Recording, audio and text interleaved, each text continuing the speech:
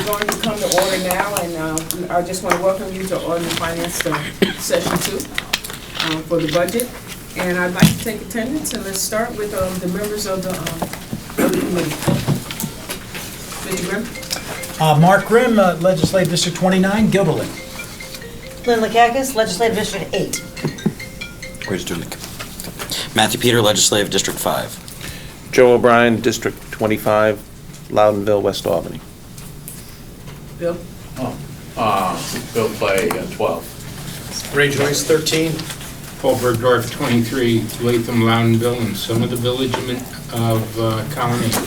And one Willingham chair of the committee, Legislative District 3, and I have North Albany as well as West Hill, parts of Arbor Hill too. All right, I want to thank everyone for joining us this evening, and we're going to get started, and we're going to start moving. And I would just ask the committee that you keep all questions budget related. And if you get off topic, I will just kindly remind you that we have to stay. Thank you, Wanda. We want to stay on target. We have a very extensive session tonight, so we just want to move it right along. All right, we are going to start with Cornell Cooperative Extension, then we're going to move to Recreation and Hockey Facility, and then Information Services, Economic Development, Information Services is number 5. 1, Cornell, 2, Recreation and Hockey Facility, 3, Stormwater, 4, Economic Development, and then our 5th one will be Information Services. So we're going to start with Ms. Lisa Galuski.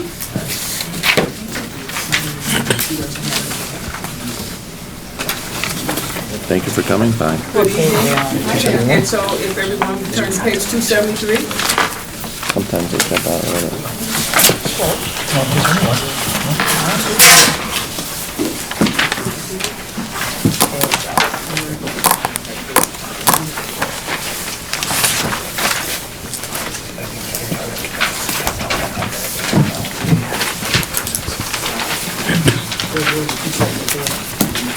Hi Lisa, how are you this evening? Very good, thanks.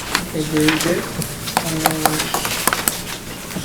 Not too many comments. I want to thank you for having me here, and the budget is in line with what was requested. All right, I noticed that Cornell has provides some really great services for Albany County residents. The one main thing that I looked at here for me is your assistance with people applying for the heat benefits. And that's great. And then a lot of educational programs to help people. You have your Healthy Starts at Home, create a safe and healthy home environment. All right. Do any of our members have any questions of Ms. Galuski?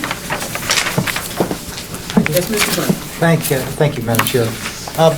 Lead poisoning in kids obviously is going to be a big item for 2020, and I'm wondering how carefully do you track how many kids have been affected by lead, and how many, how we change that improvement. So I'm really curious as to how you're going to be tracking that progress. Yeah, our portion of that project is really working with certified professionals to make sure that they're trained to be in compliance with DEC laws and regulations.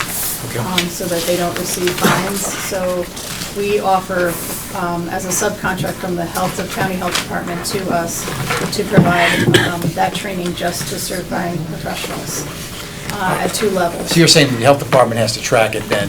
You're just trying to certify them? Yeah. Okay. Yes, Mr. Grimm, you'll see when the health department comes and does their budget presentation, they're going to explain to you the new mandate the state passed down for that cut the testing level in half, I believe, right? Yes, that just went into effect this past month. So they need more training or less training due to the mandate? They're going to need more staffing, Okay. It's another unfunded mandate? pretty much, Yes. yes. Yeah. Through another program that we conduct also in conjunction with the County Health Department, which is called Healthy Neighborhoods. There are times when we identify risk hazards of lead in the home, and we refer to the nurse at the County Health Department to then go in and do a well visit with the children in the home. So. Okay. Yeah. Thank you, Madam Chair. You're very welcome. If there are no other questions. Okay, Mr. Bullock. I've noticed that you're going to have a photovoltaic solar installation at Cornell. Is that going to save you money? Is that going to be reflected in this budget? I don't know too much about that project. I know Probably that, speak more to that. So at that site, because it's larger, that will most likely be remote in front of the meter as opposed to behind the meter, but it'll all be going in the same place and offsetting county electric costs. Will be going on top of the building or in a... That one's not on top of the building because of the roof constraints. It's there's area in the back of the facility. In the back of the large facility. field behind, yep. Who was that just commented? Could you identify yourself, please? Sure, Luke Rogers in the county executive's office. Thank you. What do you heat with now in terms of heat and electricity? Electric and gas. Electric and gas? I just want to get an idea. Now I can get an idea of the savings you got. Okay, that's good. Okay, so- I'm done. All right, very good, very good. I want to thank you for coming this evening. Thank you. Thank you very much. Appreciate Thank you it. very much. Thank you for your service. Now we will go on to Mr. John D'Antonio. Mr. D'Antonio did not realize he was being moved up. He's walking into the building now, is my understanding. Okay, so we're going to move on to Stormwater Coalition. Ms. Heinzen, I'm so sorry. So sorry. Thank you for coming out this evening. It's a stormy night. And that is 302. We'll go to 302. 302, thank you. Yes, they're located in the D fund, everyone. Yeah. I didn't have time to put my tabs in.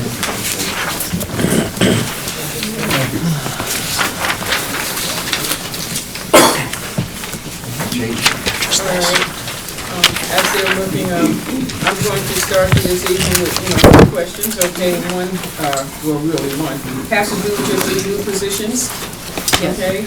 And just with your staff changes, and their proposed increase in total salary, what seems to be the focus of your GIS? Okay, so this reflects a moment in coalition history where we finished a major grant that was funded by DEC to support storm system mapping.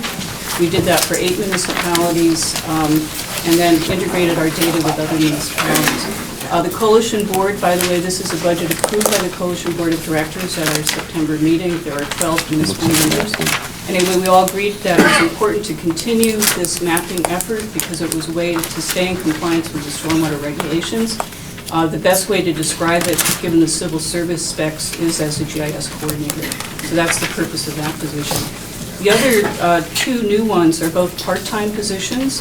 The one, Coalition Stormwater Program Tech, represent shared services. 4 of the coalition members decided to join in on hiring a dedicated part-time staff person to do the stormwater requirements.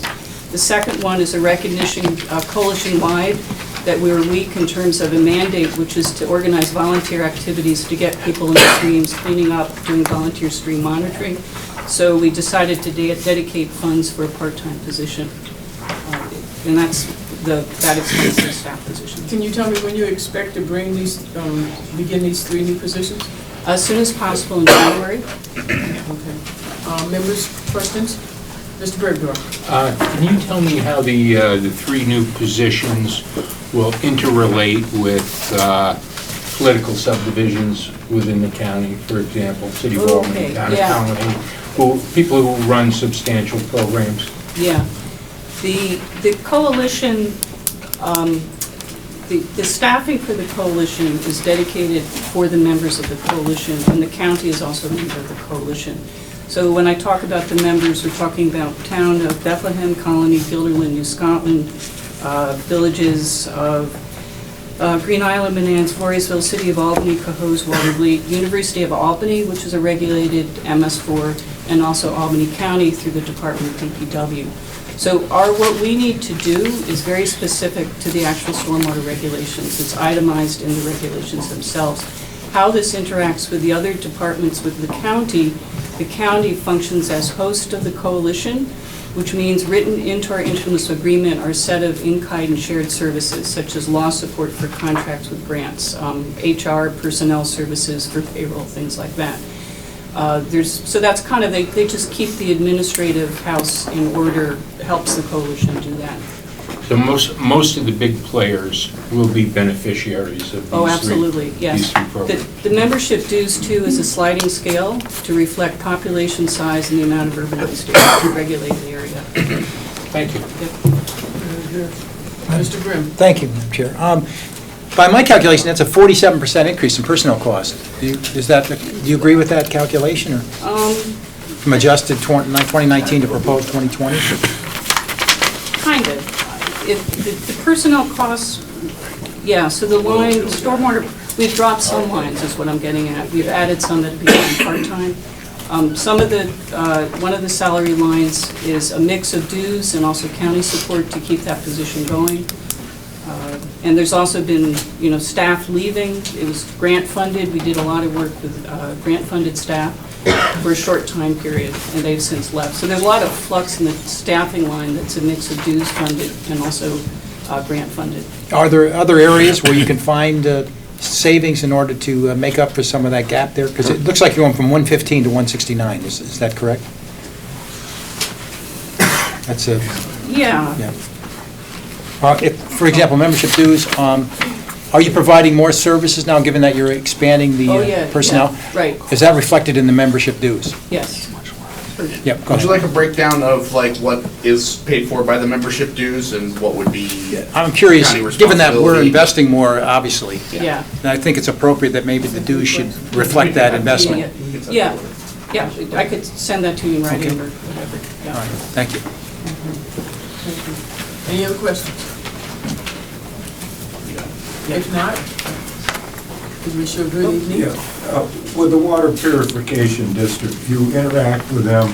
Is there a possibility with shared services there? We do interact with them in that they provide they provide chemistry support when the municipalities go out and test their outfalls for potential pollutants. That's actually a contract.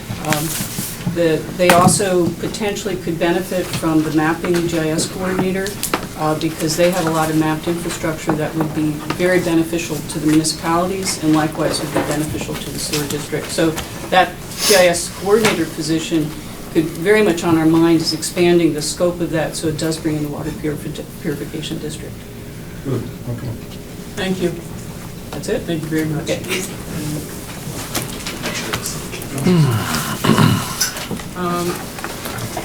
And the chair now recognizes Mr. John D'Antonio for recreation and hockey facilities. And have a seat. But before we go any further, I would like to recognize the rest of the representatives that are in attendance at this meeting. So I would like to start with Mr. Pine. Sam Fine, District 6. Vicky Plotsky, District 38, Towns of New Scotland and Bethlehem. Doug Bullock, District 7. Chairman? Andrew Joyce, District 9. Thank you. All right. One of my Mr. constituents right there. Thanks for joining us tonight. You got it, Chairman. Well, thank you for joining us. Chairwoman Lehan, glad to be here. Okay, I'm glad that you were able to be with us. We have down here a recreation in the hockey facility. I do understand that you also have, you're responsible for loss and lake. Yes. As well as other facilities. So if you just want to give us a little short synopsis of your program? Well, basically, since I'm before the legislature, I'd like to open it up to any questions they might have, and then I can go in from there. Do I have any questions from the members? The hockey facility is not under yours, it's under another... No, it's under the Department of Recreation. Okay, what is the latest on that? There was a proposal to sell it, and there were some financial implications, so where are we right now at that point, and what are the financial implications? Well, to be honest with you, I'm going to refer that over to Commissioner. Sean? I'm sorry, Mr. Fallon. That's not a direct question for Mr. D'Antonio. And so we're going to talk to the county exec about that. Okay. Any budget-related questions? That is a budget-related question. Not in this budget. No.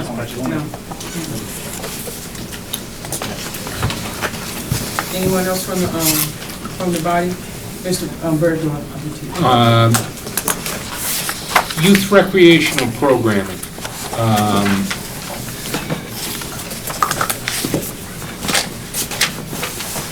What's new there? And can you sort of tell us what's included? Overall, on just the programming aspect, Paul, is that what you're? Yeah, I mean, how is that money spent? Okay, well, we offer a wide variety of different programs throughout the county. We provide programs such as lacrosse, basketball, baseball, flag football, karate, learn to skate, and learn to play hockey. And those programs are widely spread out throughout the entire county.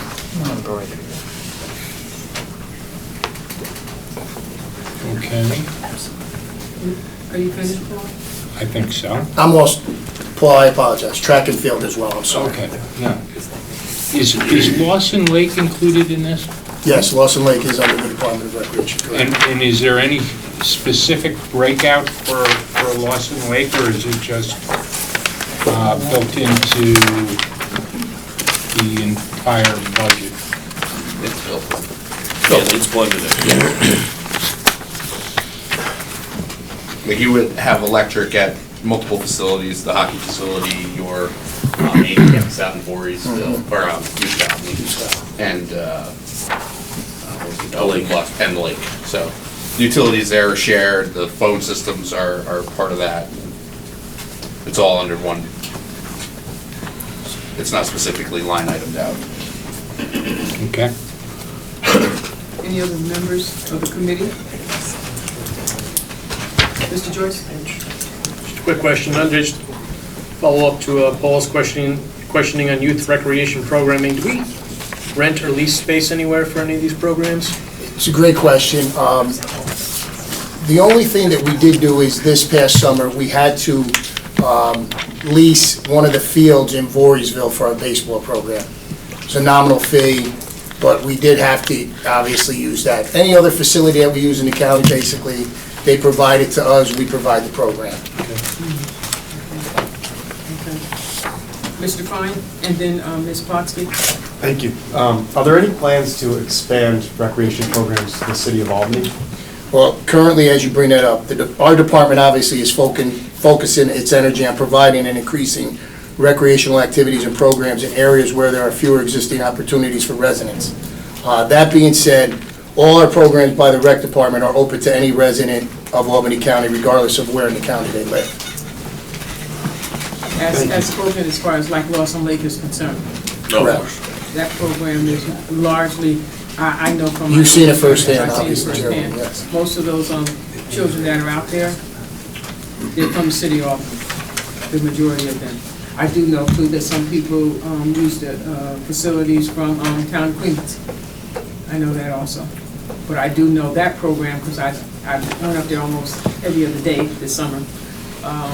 Largely city of Albany. Ms. Plotsky? Thank you, Madam Chairman. How do you reach youth, and is there, as far as marketing, advertising, or anything that is done for the schools, is there a budget item for that? That's a great question. What we try to do is we try to work within, obviously, the schools throughout Albany County. So when we are obviously announcing a program, we basically send flyers throughout all the schools. We deal with, obviously, the guidance counselors. We talk to them in advance, we get the flyers out to them, and then they distribute them. Thank you. Just to follow, thank you. To follow up Vicky's question, any thoughts about doing social media for some of these events? That has been discussed. We've been discussing that with the county exec's office, but we really haven't come to a determination of where we are with that right now. Any other questions? Mr. Grimm? Madam Chair, this question has come up before, and we really haven't got it answered. Who is participating in the recreation programs, and where are they from? I think that would be very illuminating to know how many are from the city of Albany, how many from Guilderland. Are you keeping track of that, and will you be able to provide that to us? We are keeping track of that, and we could provide that. I mean, obviously, we have a database of kids throughout the entire Albany County. There are kids that participate. Let's just say we have a program in Waterville Elite. We get kids that come from Colony. We get kids that come from Bethlehem. You know, that's just, they come from all over. Well, that's why I would love it in one But we sheet. do have a breakdown, you can see. I'd love to see that in one sheet. That's no Here's who we served, and this is where they were from. No problem. That We would be could- very we could helpful provide to that. see. Thank you very much, Commissioner, that would be great. So we have that. Can I ask you one more if I can, Madam Chair? You say in your literature that you've had productive talks with the town of Guilderland, and they hopefully will join us in 2020 with another location. Could you illuminate a little bit on that? Great. I met with their representatives a year ago and basically opened up to them, as per the county executive, to see if they wanted to participate and have any programs in the town of Guilderland. At the time, they said they were interested, but they never got back to us in time for us when we go out with our programs for the year ahead. I did speak to them just a few weeks ago. They said that they were going to talk to their board, but they thought that, you know, they wanted to participate this coming year in having some programs in Guilderland. Okay, who did you speak with? Amy Boyd. Okay. Okay. All right, thank you. Thanks. Any other questions? If not, thank you, Mr. D'Antonio. Thank you, for Mr. your Chairman. service. Thank you, everyone, I appreciate it.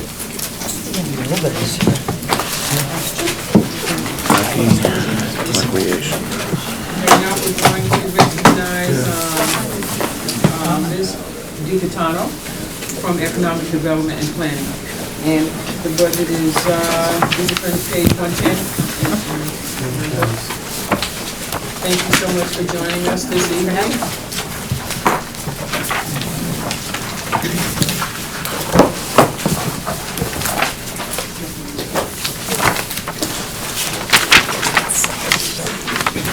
All right, I think I'll open this up to the committee. Have any questions?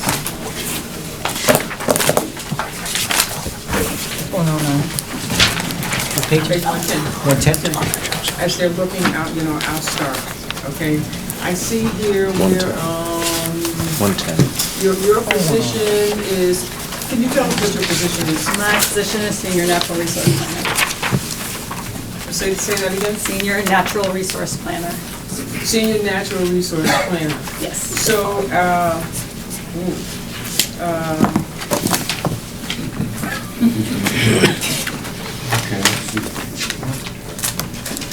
okay.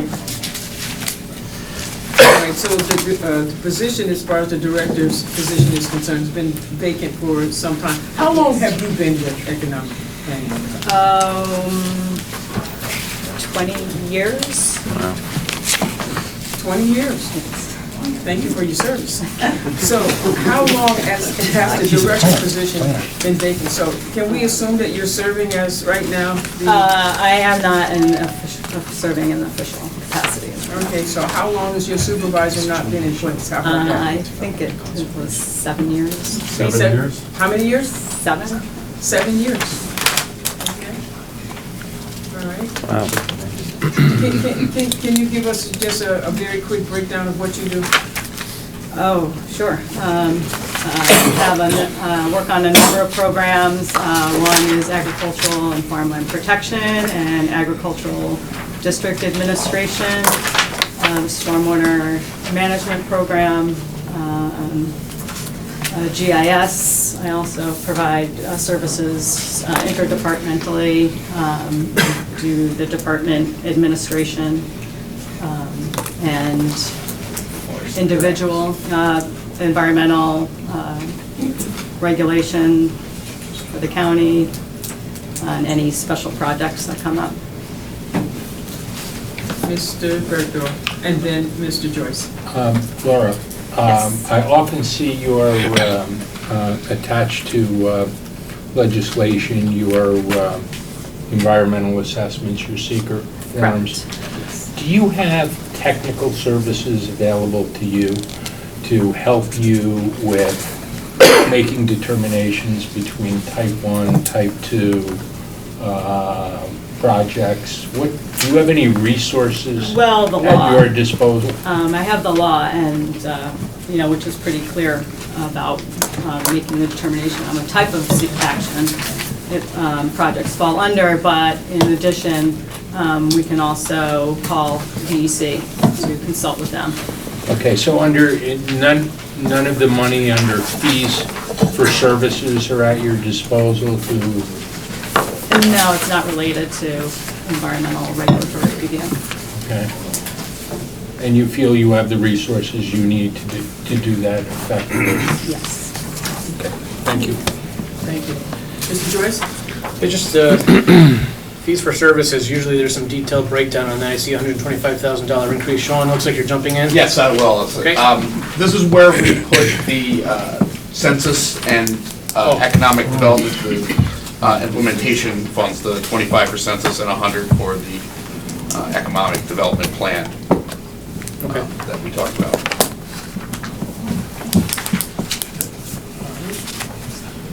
Any other questions from the committee? Mr. Clay? Yeah, I just, we went through this with this economic development piece, Commissioner, and I'm mystified. I mean, we don't have an economic development program. Is that about fair to say? Well, I believe that's what the Camoin study has developed, which would be done, I think, relatively soon. And this would be for the implementation during 2020. So I believe that we are very close. If Mr. Rogers has any technical. No, just that the plan not only looks at ways to promote economic development, in terms of strategies, but it also looks at the future of the county's role in that, to kind of get at your question. Can I pick up on that for a second? Is this $100,000 for the consultant or to actually implement an economic development strategy? I believe it's for the implementation. Yeah. So the consultant is being paid from someplace else? Yes. And where fees for would- service, I pay a portion out of the management budget. And I believe we paid, I think maybe out of general services when we initially signed the contract. Okay. So this $100,000 would actually be for some sort of an action agenda? Yes.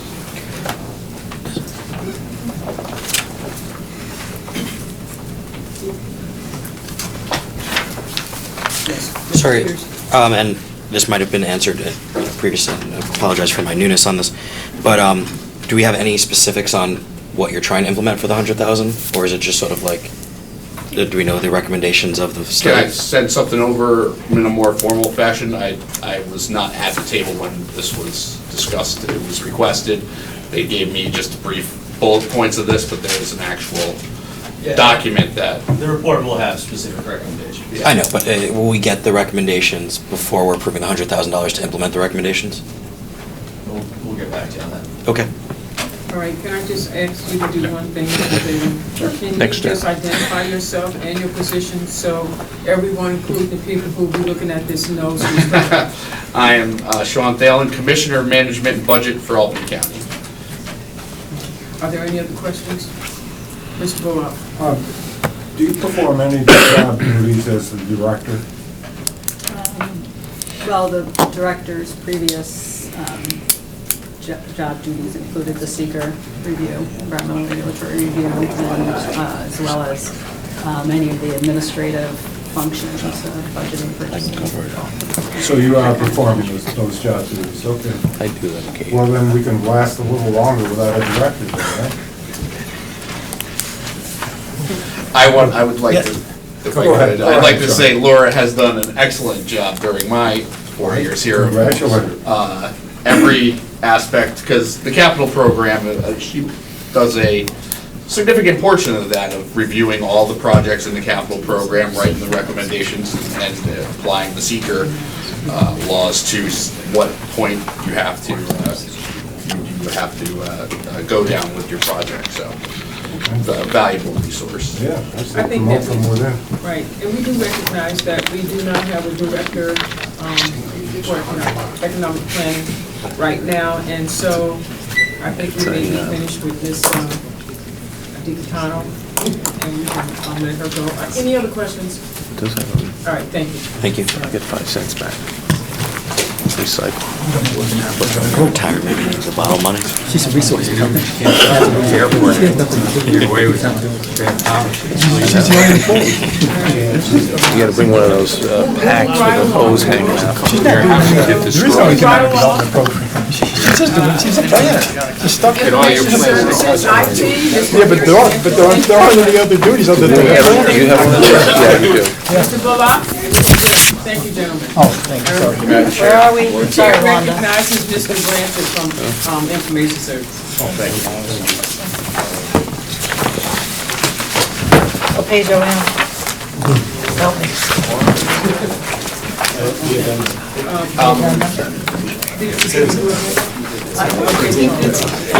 Have your handout?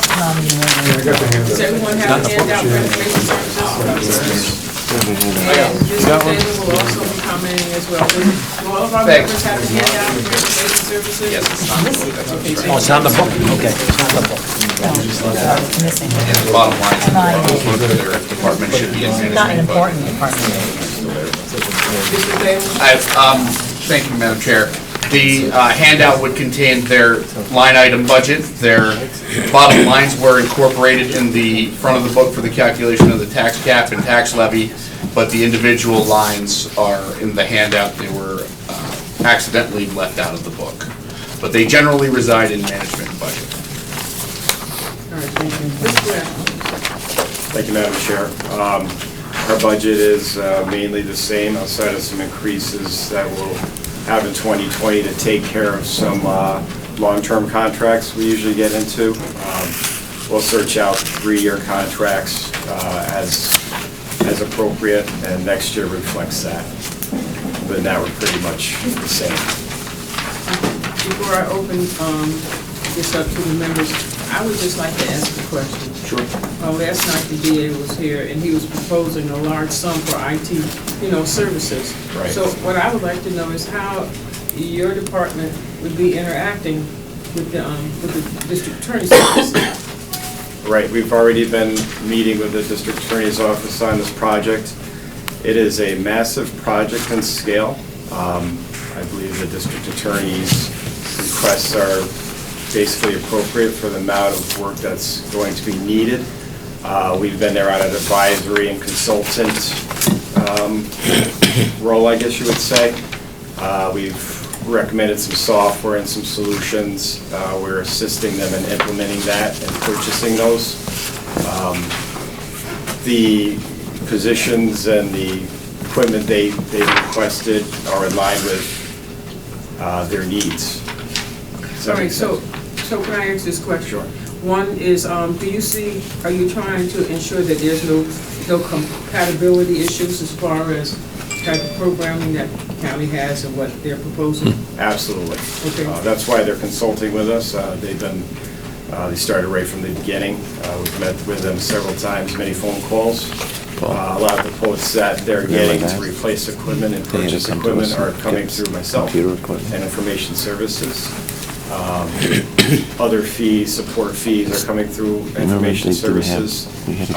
We're recommending certain companies and certain hardware.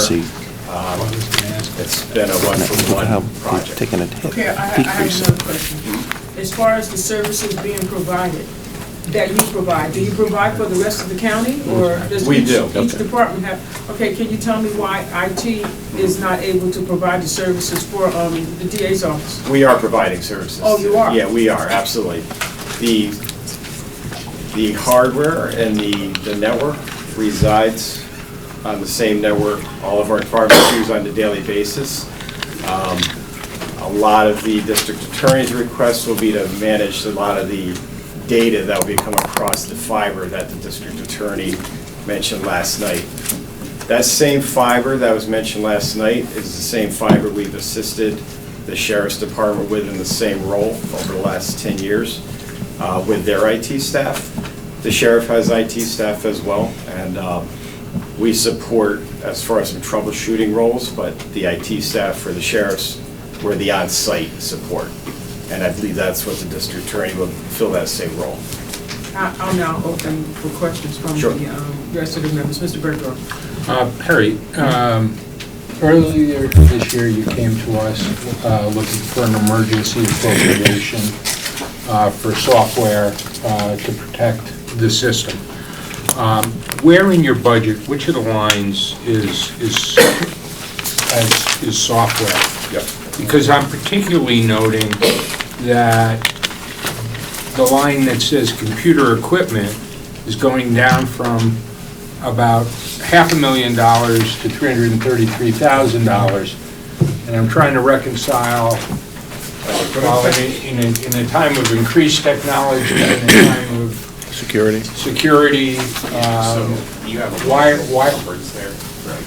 how is that $160,000 efficiency happening, and do you have what you need to secure the system? Yeah. So, you see the comparative, I'm guessing you're looking at line 22050? Correct. So, I believe 2 years before, you had a large carryover encumbrance to provide services or to buy equipment. That was rolled into this number here, and I don't know what the complete expenditure is on that line, but we get That's for data storage. Yeah. There's a project on data storage. We didn't purchase the year we requested it because we had extended that storage. We carried it into the next year, purchased it. So basically, you prepaid expenses out of a former year's money, and you don't need as much this year. Exactly. But you have what you need. On the computer line is really in line outside of the encumbrance with what we would have requested last year, or this year, I should say. I mean, and is that computer line hardware or software or both? That is only hardware. Software is in our computer supplies.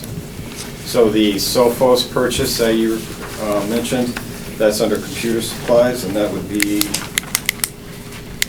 line 70. Okay.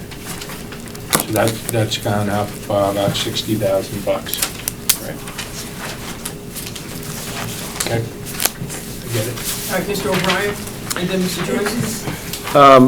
With the pending move of Board of Elections down to North Pearl, are you working with the Board of Elections on the fiber and the? Yes, we are. Cat, was it Cat 6 now that we use? Yes, exactly.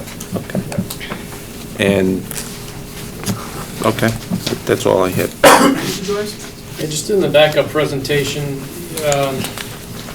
fees and services, there's reference to C addendum. Is this the addendum or? Addendum was another. Specific to fees for services. You have the contractual expenses. Do you have that? I don't know if that was included. Oh, that's, we thought this was your C. There's contractual expenses on the Looking at bottom of So the you bullets. might have to change that. 7 and 10 for fees for services and for the conferences, it just says C addendum. I was curious about the breakdown for the fees for services. It doesn't look like much of actually a decrease from last year. That's specific to the CyberArk and the software. Yes. Mr. Joyce, can we send you over the itemized list? We were a little bit confused on that ourselves when we were reviewing these with Perry. This packet was left off of the submission, Okay. and we can send that itemized list for those over. Okay. What are the conference training and tuition costs? It looks like they're up to about a little bit less than last year, but it went from 8,000 to about 27,000. Are those tuitions for software? What is that? So that was your Yeah, we removed a program that we were no longer using. We're basically finding there's free products out there for some of the training that we originally had provided. We were using a product called Brainstorm that was specific to Microsoft. We no longer feel we need that product.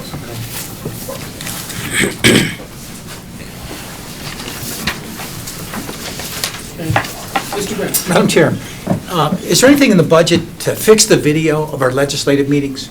Because when they shoot it, everybody gains 30 pounds. And apart from the vanity, We all don't care about that. apart from the vanity, it makes us look bad. It's Little League video. There's something wrong either with why the you video suck or now. the software. And we're investing a lot of money to engage the public, with Granicus, and electronic voting and all those things. And yet, the video of the meetings is just, it's high school quality. Can we fix it, and how much will that cost? Actually, we are looking at replacing the cameras. Is the camera the problem, or, because you I have, believe there's a that lot of the cameras aspects are of it. a little- It isn't just video cameras, it's how you transmit it. Are you talking about the video for this room? Or No, the video on no, the committee meetings are good, are clear. Right. That's why the discrepancy, if you watch our committee meetings, it's very crystal clear video. You watch our LEDS meetings, and it's, you know, it's high school city. That, we are working with the legislature on replacing the equipment in the legislative chambers. That's under the legislative budget, and that is Thank you.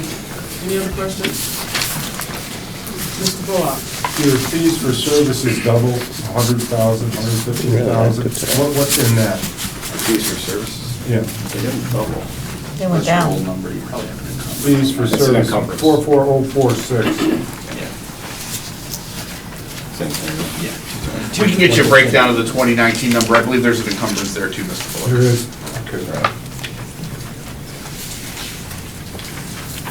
So if there are no other questions, we thank you for your service. Thank you. Thank you so much for coming out.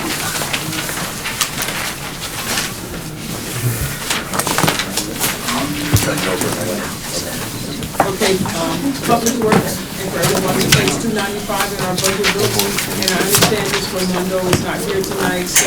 Next time. Mr. Anslow and Scott. So is this? Page 295, everyone. You don't have any public roads. Yes, it's on video, so even if I don't know, I don't know, I can make it together. So that's their head.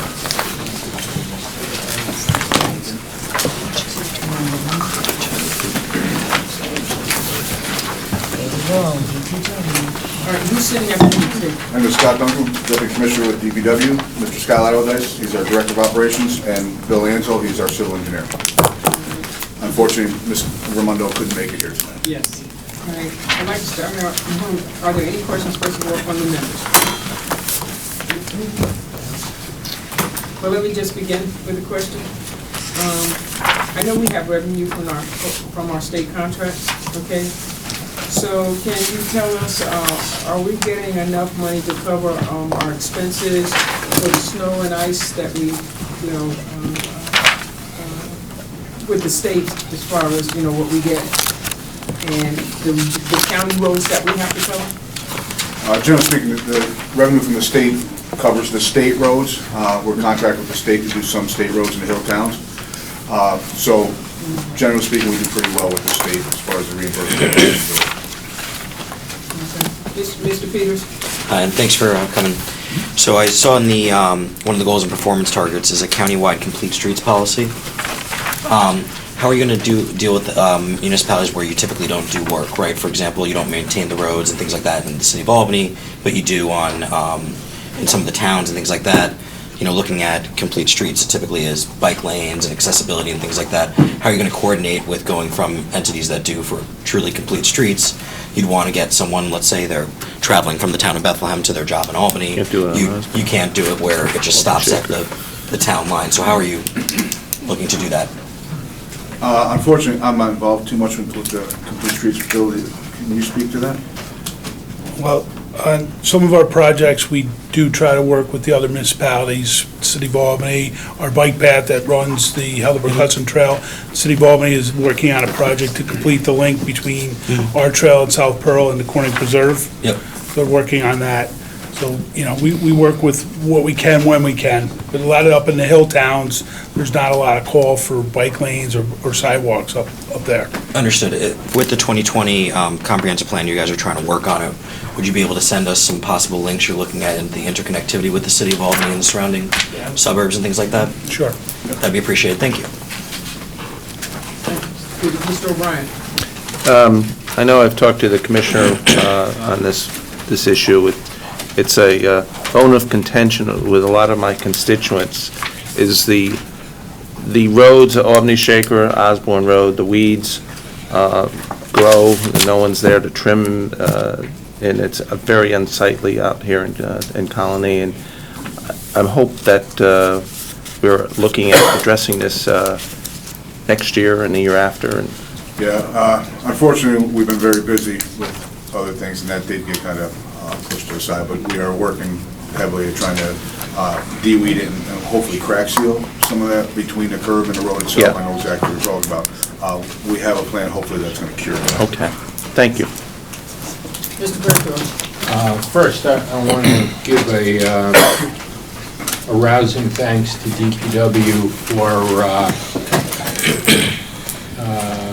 getting a light up at the corner of Shaker L and Albany Shaker Road.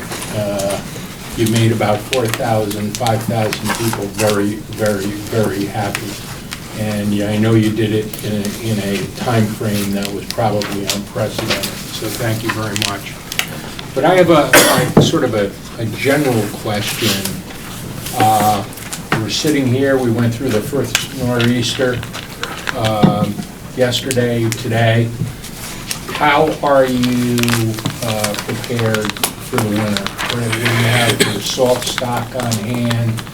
Do you have adequate budgets? Do you have, how's your truck fleet? How are you feeling at a level of confidence to deal with the winter coming up? This is the stuff I love to talk about. You got your meatball. I can go on all day about operations. No, take one, go ahead. Fortunately. Very exciting. We've come a long ways in the last 4 or 5 years with our truck fleet. We currently have some of the best snow fighting equipment there is, period. We have several different counties now purchasing off of our contracts of trucks that we spec and made affordable for other counties to purchase. Personnel-wise, again, we have some of the best in the business. Changing the shifts around a few years ago, we did seem to make a lot of difference as far as overtime goes. We have our Sensible Salt program, and we've upgraded our Dickie Johns, which are the spreaders on the trucks. So the salt, sand, or salt combo is much more trackable now. And again, storm-related, timing is everything. We don't pre-treat, so we save a lot of money on pre-treat. Our timing is just, for lack of a better term, it's impeccable. We're very good at what we do, and there's a lot of other municipalities that are now trying to mirror what we do to save money, again, on pre-treat, so on and so forth, and having the right equipment out at the right time. So you're comfortable with our fleet, our supplies, and the resources that you have? Yeah, currently, we have 5 more trucks out on order right now. We have salt in each division. We try not to hold a lot of salt this time of year, because if you don't use it, it tends to get hard and it ends up destroying spreader chains in the trucks. So currently we have 300 or 400 ton in each salt shed, which will get us through a couple storms. We did ask for an increase in the salt, not so much because we're going to use more salt. The last few years, salt increased per ton. This year, it was forecasted not to increase per ton, but the salt, or the fuel surcharge is forecasted to go up a little bit. So we're not really going to get any more salt for the dollar, but the delivery fee is going to go up a little bit. So we use roughly 20,000 ton of salt a year. That does vary from year to year, anywhere from, I think the low was 14,000, the high, which is last year was 22,000, just because November was a really tough winter last winter. But, you know, with the current increase of 100,000, the team and I, we're very confident with what we have going forward.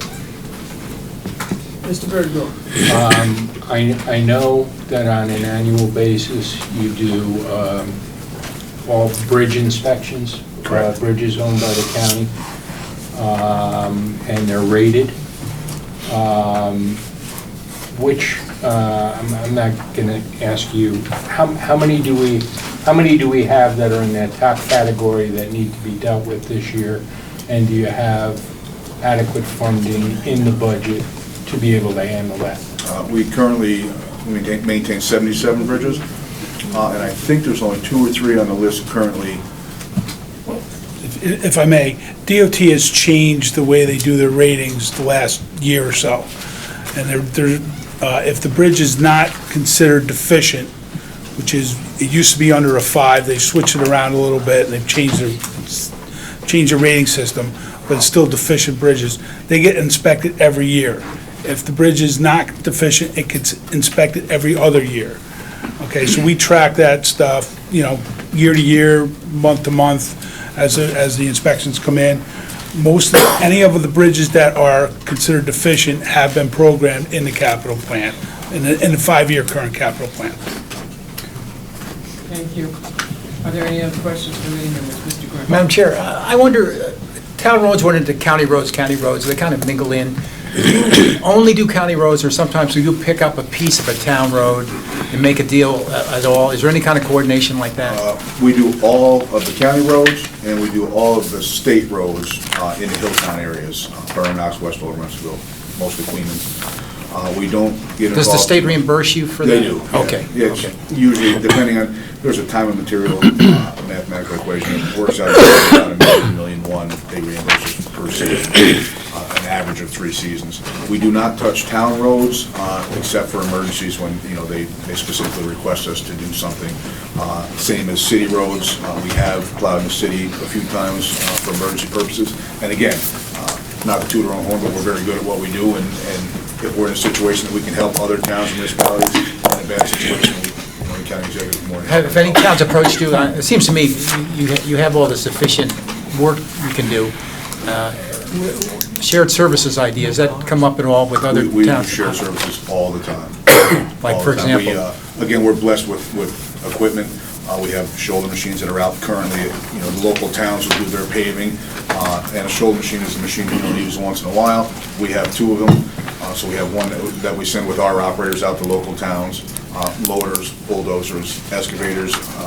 We're blessed with equipment, and we do an awful lot of work with them, but we do, it does allow us to help local Especially with all towns. the little towns, they all don't need to have all this expensive equipment. Exactly. And you work, so I'm glad to hear you're working, coordinating with them. Yeah, I mean, a single grade all is $320,000. There's a lot of towns that simply couldn't afford that, and they really only need it 1 or 2 months out of the year. So the shared services has been huge from the DPW side. Thank you. Ms. Plotsky? Thanks, Madam Chair. Just a quick question. How is the motor vehicle tax and revenue? I just don't. It's in your department. Let me get you right back to that. What line are you looking at? 1.8 million is. What is her request? Sure. What is It's on, Page 299. it's the revenue on page 299, 02683. Let me give you a direct breakdown of what that is. Yeah. Okay, so what was the request, Ms. Plotsky? An explanation of why the motor vehicle tax is a revenue item at line 02683. Yeah. Do you have that? Yep. Okay, thank you. Mr. Bullock? Yeah, I've noticed that DPW headquarters in Voorheesville is going to get a photovoltaic system, also solar system. Have you got any projections on that cost savings that'll happen with your electricity and gas? I'll jump in again. We're still in design phase, so it's hard to get that specific on the numbers. In that case, that will be behind the meter, so it'll just be direct into the system as opposed to remote metering. As far as estimates on savings, what we get bids, that's when we get the rates that the solar providers are offering, and that's when we'll be able to do it. Is your gas and electric bill, is that very high at the DPW headquarters? We have several different subdivisions as well, but at DPW, we have natural gas, we have hot water, and then we have the car wash as well, so I don't know the exact numbers off the top of my head. That's okay. It is fairly expensive. Okay, that's what I thought. We want to thank you for coming out this evening. You and the rest of your staff too. Did a great presentation. All right, and so we're just going to move on right now. Thank you so much. Thank you. I'll get that information. I'll get you that information. Okay, Mr. Latino. Department of General Services. And I'll ask everybody to turn to page 113 in your books. 113. This might be in college. Teacher, what page 113? Professor. Well, I don't understand why their power bills aren't flung out. It's gonna have you on, at least some of these people. By the kind of power they use. All right, we're going to call in favor of the order. Mr. Bailey. Mr. Latino. Thank you very much. Good evening, Chairwoman. Good evening. Would you like to give us a presentation? Department of General Services, we take care of all the buildings, most all the buildings in the county. We've kept our budget fairly flat over the years. We provide providing a safe and clean environment for all the county employees. Okay, George, I have two questions for you before we begin with the members. I see you have 16 vacant positions that you're seeking to fill, and so can you tell me where you stand in the process and when you think the timeframe is to fill them? Well, we've had a few retirements that came up recently. We're always constantly looking for our labor positions, trying to get those filled. Senior, we have to wait for a test to come out for senior code enforcement officer. That is a testable position. Special project coordinator, they just left. Account clerk just came open, so we're actively looking for those positions at this point. And my second question is, are there any projections for additional energy cost savings over the upcoming years? I mean, you've done a lot of things as far as, Everything that we do, as far as when we upgrade a system, we always do an energy savings. I ran some facts and figures since we started with our programs. Since 2012, we saved over $400,000 in energy costs. And between 18 and 19, we saved another $81,000 in energy costs by upgrading our systems. That's excellent. I'll open the floor now. Mr. Peters? Hi, and thanks for coming. Couple questions, and this is sort of coming on the tail of losing two county-owned buildings at 147 and 149 through demo. Correct. So would you be able to point out, so obviously the senior code enforcement officer, PT, that you're doing your inspections and things like that on those properties, types of properties? That's actually done through the finance department upstairs. Okay. There's Department 3650 in Management and Budget on page 154 that entitles what's most of that. You're talking about the code's compliance on that. Okay. Code compliance. So once we get a call, then we send our engineer at that point over to look at it to make sure that it's actually should be demoed or could it be stabilized at that point. So before that, though, like, for example, like before a demo, it's usually most buildings, and this isn't a county-specific thing, it's demoed because of neglect and things like that. So who in your department looks to safeguard those buildings, who looks for roofs for leaks, and how many people do you have doing that? By the time, we have one code enforcement officer that's actually working through there. By the time we get these buildings, they're between 4, 5, 6, 7 years old and abandoned. They do their initial inspections on them through the finance department. We can't go into these properties really until we actually take judgment to these properties. So once we take judgment, that's when we'll send the code enforcement officer in there to take a look at the properties, document whatever he sees in there. And he's looking at the properties should be on a bi-weekly basis to see what kind of. So following up on that, you think that if we got the property sooner, foreclosure process went sooner, there's a better chance of those? Without a doubt. It's the type of thing where, most of the time, you're gonna lose a building because you're losing the roof. Yep. And the plumbing chases. That's where you start to lose the building. Is there any thoughts of, and I know the city of Albany is looking at it, and some other part of the Water Authority, for example, has it for some issues. Has there been any thoughts of potentially getting a drone or looking for something like that to look at roofs? I know it's very hard and time-consuming for your officers to get up there and actually inspect it. Well, we don't get up in there. When the inspector gets in, he gets into the building. Right. Before the building is locked up and boarded up, we get into the buildings, we look around, we do the inspection. There you're gonna see whether the roof is leaking, whether you have a collapse already started at that point, and it's all documented at that point. So when they're doing their inspections, they should be going back into the buildings, looking, seeing what's going on with those buildings as we own them. So they're in their judgment status. I would request if there's any information on, if they can actually, looking at a roof and seeing it leaking is two different things. And I understand that from our own codes department in the city of Albany, that actually seeing if there's a collapsed water building and stuff like that, you might not be able to get that from the ground, ground floor looking up. Right. So I just see if there's anything your department might need, extra funding and things like that to actually maybe prevent some of this and do some preventative changes. Might save the county some money on emergency demos and things like that. Well, it's something we could look at. I mean, I know the sheriff's department, they do have a drone that they use, would be requiring us to, buy a drone and get one of our guys to really learn how to use it. No, of course. But, I mean, it probably would, help that department a lot more. Okay, thank you. Mr. Birdwell. Commissioner, there are a number of positions that you're looking to give people promotions or increases above the 2%. Correct. I see the lines here. Could you just generally tell us what they are? Well, the 1440, 13605, that is my engineering technician. What I did is I went and I looked at what the state average was for that salary. He does a lot of work he does all the engineering drawings for us. He does all the CAD files, and it was for the average of New York State, he was below average, well below average. So I'm trying to bring him up to maintain a quality professional in that position. And the other ones are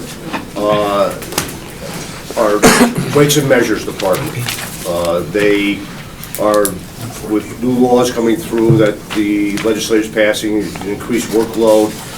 It's very hard to find. We've had a position open there for quite a while. Nobody will take the test because it was at such a low-paying job compared to the other municipalities. We've decided to bring them up for the amount of work that they do to keep those professionals here. And it's a revenue generating it's department. Thank you, Mr. Birdwell. Mr. Klein? I'm sorry, Mr. Grimm, did you have a question? Yeah, thanks, Madam Chair. Is there a revenue line somewhere, and it's kind of following up with what Mr. Peter was talking about? We got burned on the parking garage, that we let it go for a long time, and then it cost us a fortune to fix it. And I think we started a committee or something, Paul, didn't we? Yes, we did. And I'm wondering, what is the status of that committee, and is there any line item in the budget that will speak to regular maintenance so we don't get in a position where we had to spend a fortune to fix the garage? A bit of a brief update on that since I was nominated chair. With the big extra perk, right? Thank you. We met Monday. Oh, okay. Or Tuesday, yeah. So by the request of the resolution, there is a full document that contains, I would say, most, if not all, of the county assets.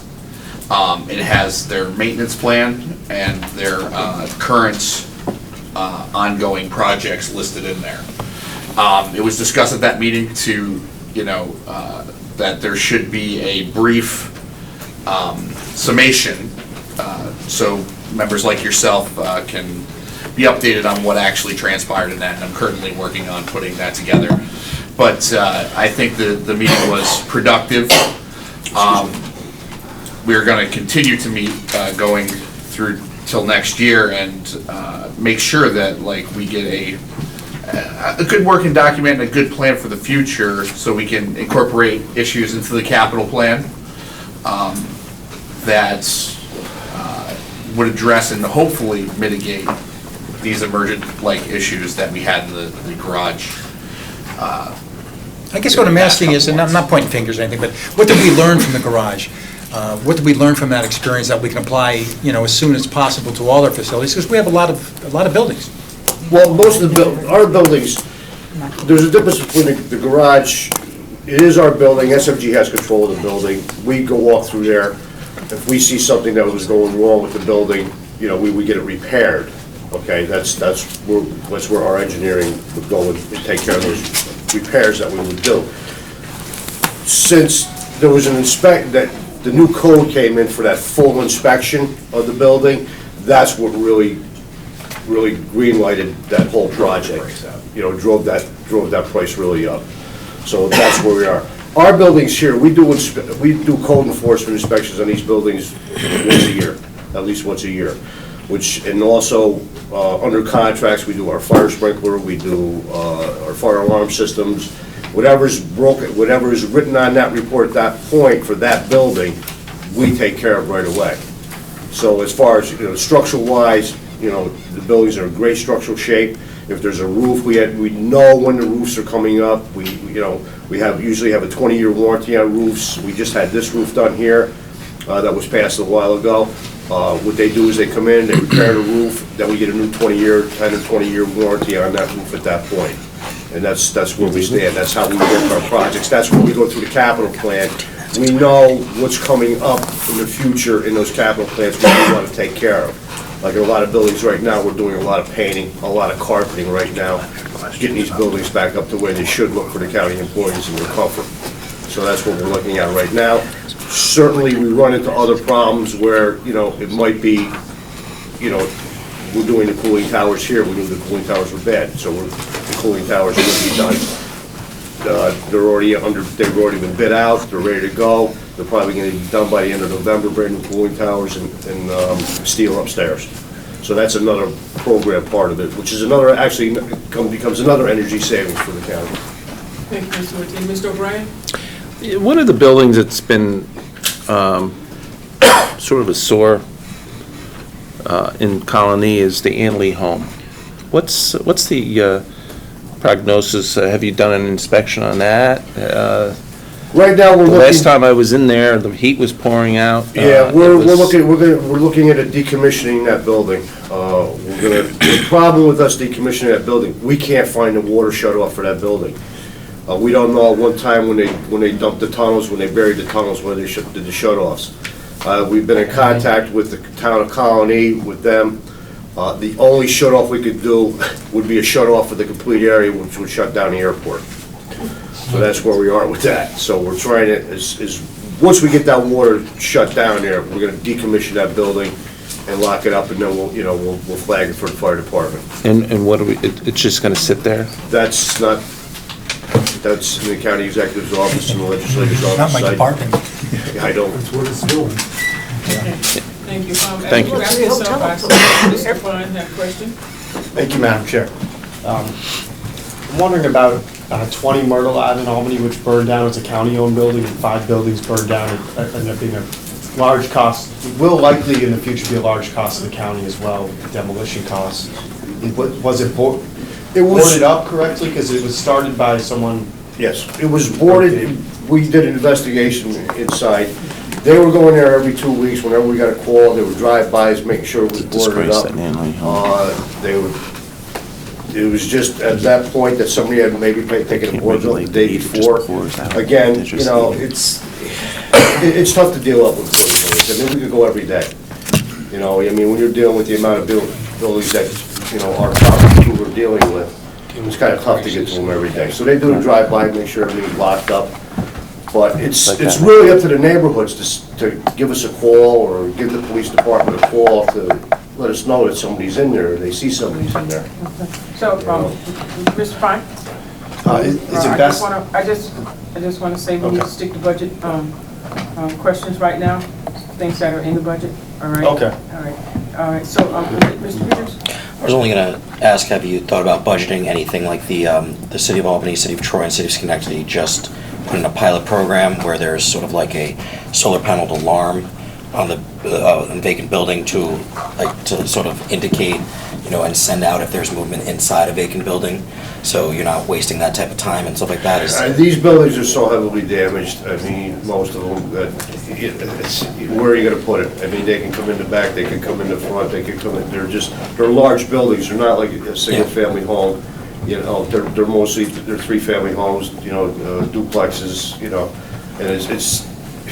And we board them up the best we can. We can board them up one day. I used to do this, and we would board them up. I could go the next day, and the boards would be off back out. So, Mr. Latina, just so that we do stay on point here, as far as the budget is concerned, how is the resources addressed in the budget? The resources for these are really addressed in that 3650 line. That's where the laborers are that go out there to take care of the properties, make sure they're boarded. That's where the code enforcement officer is in the 3650 line, which is not one of my lines. It's actually Yeah, it's page 154. It's in management budget. Oh, it's in management, okay, so these questions then are not for Mr. Latina, okay? So now, so you said management and budget? Yes, ma'am. Okay. All right. But the people who provide those services, they work for You? They actually work for management and budget, but I kind of oversee them as Department of General Services. You know, they have my truck, I make sure if there's a complaint that comes in, I make sure that they get through. It's really, I do kind of supervise them on a daily basis when there's trouble, but most of the time they're out there, their supervisor is the code enforcement officer in that department who sends the laborers out to make sure that everything is done. Do we have enough staff? Do you think we have enough staff? That would be a question for, I haven't had any complaints of what has come into our possession and being able to do what we need to do on our side. The real issue is the turnover time. I mean, like Mr. Latina said, when the property has been 4, 5, 6 years, I mean, they're there to just stabilize the property. I mean, make it safe, not always can make it habitable at that point, because sometimes they're just too far gone. Okay, so what this sounds like to me is something that we need to address in some type of form, or you set aside some money to do a study of how the county is actually being affected, and citizens, you know, especially the homeowners that live where these properties are. So I don't think you can address that tonight as an actual resolution, so I would like to move on. Thank you, Madam Chair. All right, so as we wrap this up, okay, I'd like to thank you for coming out. thank you very much, appreciate your time. We really appreciate your time and your service. Okay, so we're going to move right on to water purification. Page 310 in the budget. There's a 6-inch and a 10-inch line there. No. Mr. Gaudio, how are you this evening? Good, how are you? Thank you for coming. All right. Before you get started, I'd like to know from our members if there's any questions that you may have of Mr. Gaudio as he gives his presentation. And any members from the committee? Okay, so, but wait. I'd like to have his presentation first, if that would be okay, because I have some general questions, which... Okay, I'd like him to know what the questions, Okay. can be from our people, so he can address Sure. it in his presentation. All right, so nobody, Angela, big things happening in the water purification district. Can you highlight for us the budget highlights that are going to deal with your transition to the anaerobic digester and where you are in the project? Yeah, so I'll give you just an overview on the digester. So we started design with Arcadis for the digester. Earnestly, it started about a month ago in terms of really getting sub-consultants involved and starting to have sit-down meetings with the engineer. The schedule for the project at this point is we're likely to finish design Q1 of 2021 with bid documents being ready by Q2 of 2021. And then we're looking at this point, a 2-year construction period. Again, that's a joint project with Saratoga County. There's improvements to Saratoga's facility. Obviously, the majority of the project will be located and constructed at the district's north plant.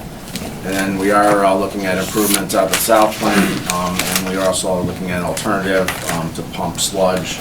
And we were hauling sludge from the south plant to the north plant, which again will take a significant amount of effort. That is an environmental justice area from a seeker perspective. So again, we've got to look at routings and easements and the like.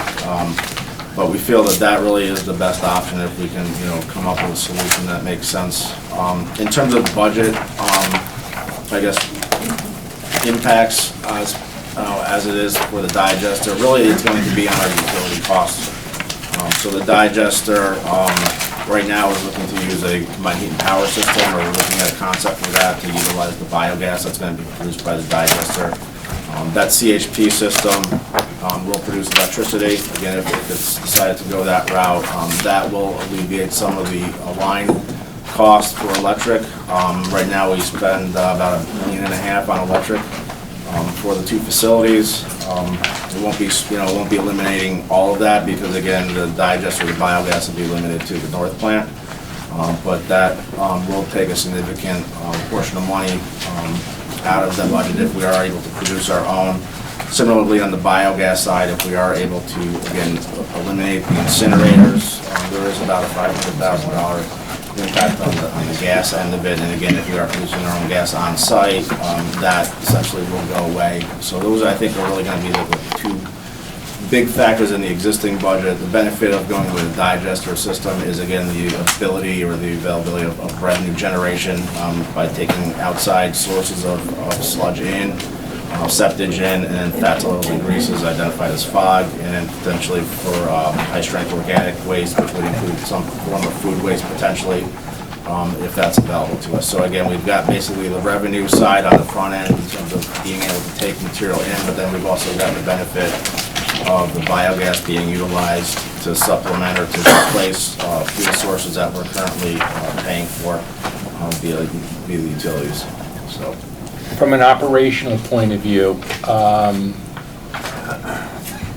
there any workforce changes that you need to start to ramp up?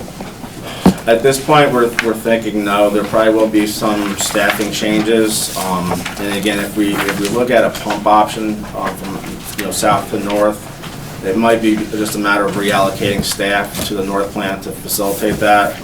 That's something in terms of staffing analysis we really need to kind of work out over the next year in terms of kind of what the processes are. At this point, again, we really don't know kind of what the final equipment selections are going to be or kind of what those pieces are fully at this point. So that's, again, something that will be evaluated, I think, as we kind of progress through the design.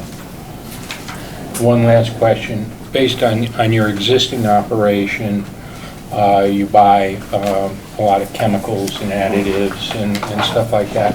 Have there been any major changes in the costs of the things that you have to buy on a day-to-day basis, which would impact the budget one way or another?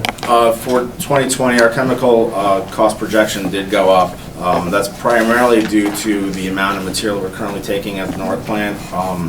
The more material we take in the form of septage and FOG, the more we have to process that material on the back end, so that just requires more chemical, primarily coagulants for really the dewatering operations.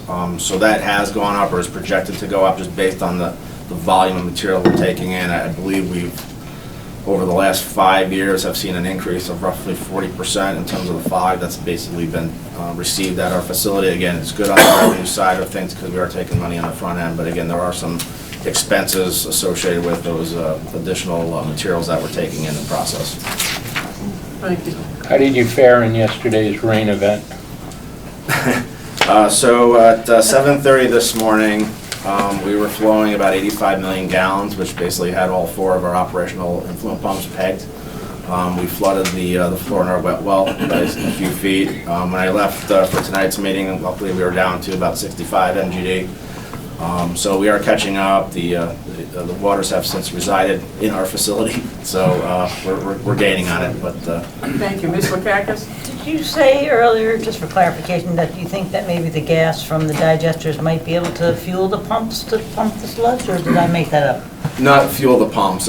It'll be for the CHP, the Combined Heat and Power System, which is going to be the electric generation system. So that system will potentially operate on the gas that we're producing.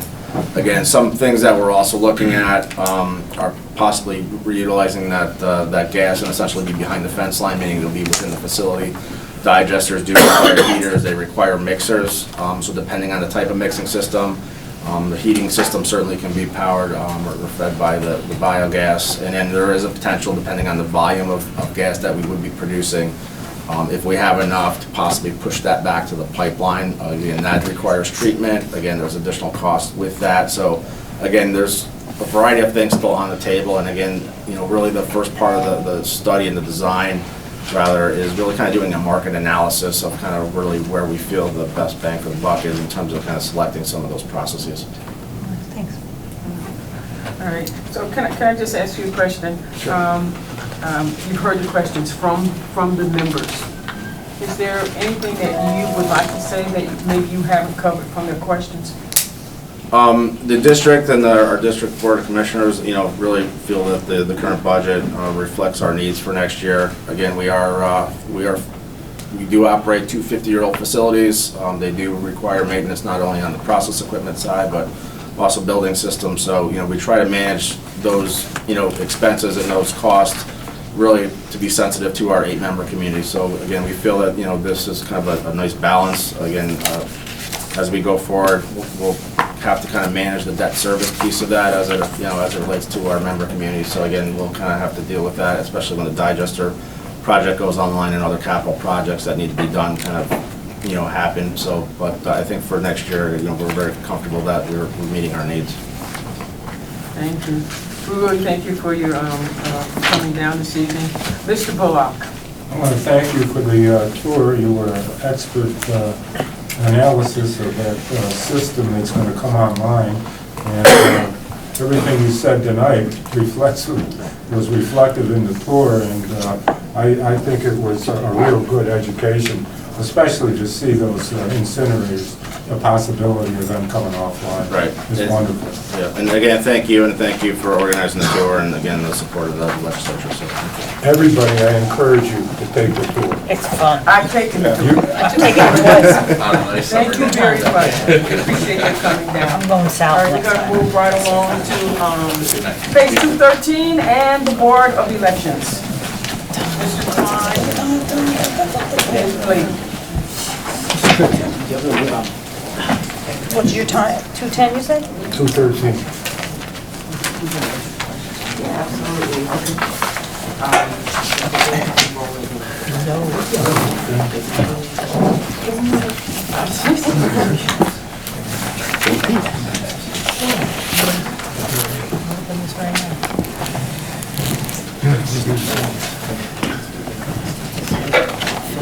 I want to thank you for coming out this evening. I know there's a lot of things that are coming up as far as the board is concerned. And a couple of things that we do want you to address is the presidential election and the cost of that, and early voting and how that has affected, the resources and the services of the Board of Elections, as well as the salary increases above 2% for your 14 employees. You can take that, roll it into your presentation also, and then I'll open it up for the members to ask any questions.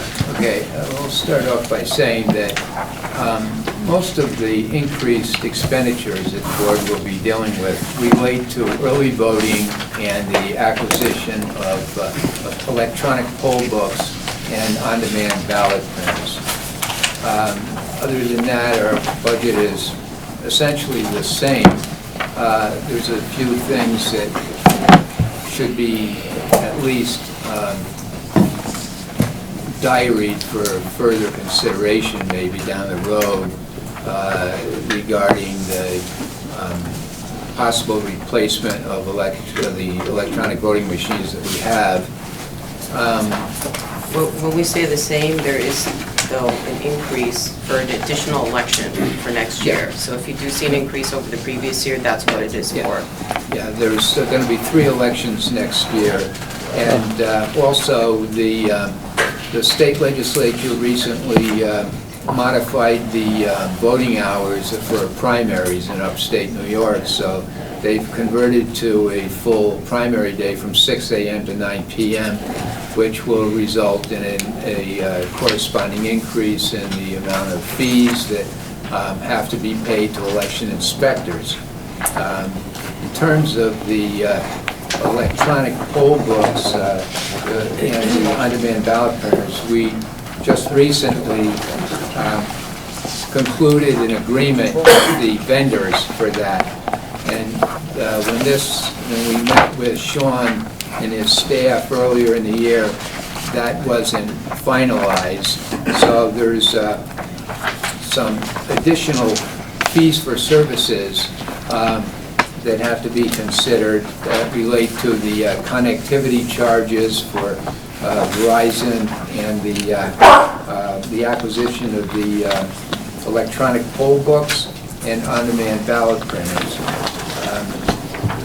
So other than that, though, it's not there's nothing really, there's no dramatic increases over last year's budget. It's primarily relating to the changes, and there were many changes that were enacted in the past this legislative session that are going to affect the operations of the board. And there could be more coming down the road next session, but right now there's been some significant changes in our operations. We now have automatic transfer of registrations. We have, there's been a change in the party enrollment, effective dates for those changes. The electronic poll books is a big one. The early voting is a big one. We have one primary day now. That was good. They have the federal and the state primary are now coordinated. Maybe. But it's still these changes are quite significant. There's significant political changes, and there's significant changes for the operations of the boards. So this will be the first time that we have early voting this general election, and it will be the first time that we'll use electronic poll books on a large scale. We had a pilot program in August, a special election in the city of Cohoes that went very well. The electronic poll books were well received by the voters. The processing time was cut dramatically from what it is with the paper poll books. It was about 27 seconds per voter to process these people. So, I mean, there's some of these changes are definitely positive, but they have a relative expense to them. This stuff is expensive to maintain and expensive to keep going from year to year. So on the tablets that you're using at the sites, so in case there's a breakdown, are you also providing the old poll books, Well, we are required to send backup poll books. They're a much more condensed version. However, we are sending also additional supplies, so that means additional poll pads. And one of the beauties of the system is that we can control it on the back end, so we can send new information to the pads in real time. And you can fix it from my desk. And I can also tell you things like who is offline, who is online, who is on battery power, who is not on battery power, who is running low on battery power. I can also tell you who has voted almost immediately. But the other thing about this system is that it's largely dependent on data connectivity. And so that's where some of our increased costs are connected to, because like we have now Verizon charges that are equal to $12,000, $13,000 a month for data connectivity. Additional from whatever existed from us. We never had that before.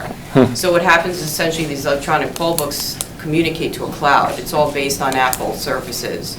So it speaks to an iCloud, basically. And Verizon has negotiated on state contract that that we can actually turn off the service for 6 months at a time. So we're not going to be paying for every month. We are required to pay for 6 months out of 12 months of the year, because as you know, we don't have elections every single day. So, yes. All right, so with that, right now we're talking about, the county election, presidential election. What about schools? Do they bear cost as far as the usage? Are we, of the tablets?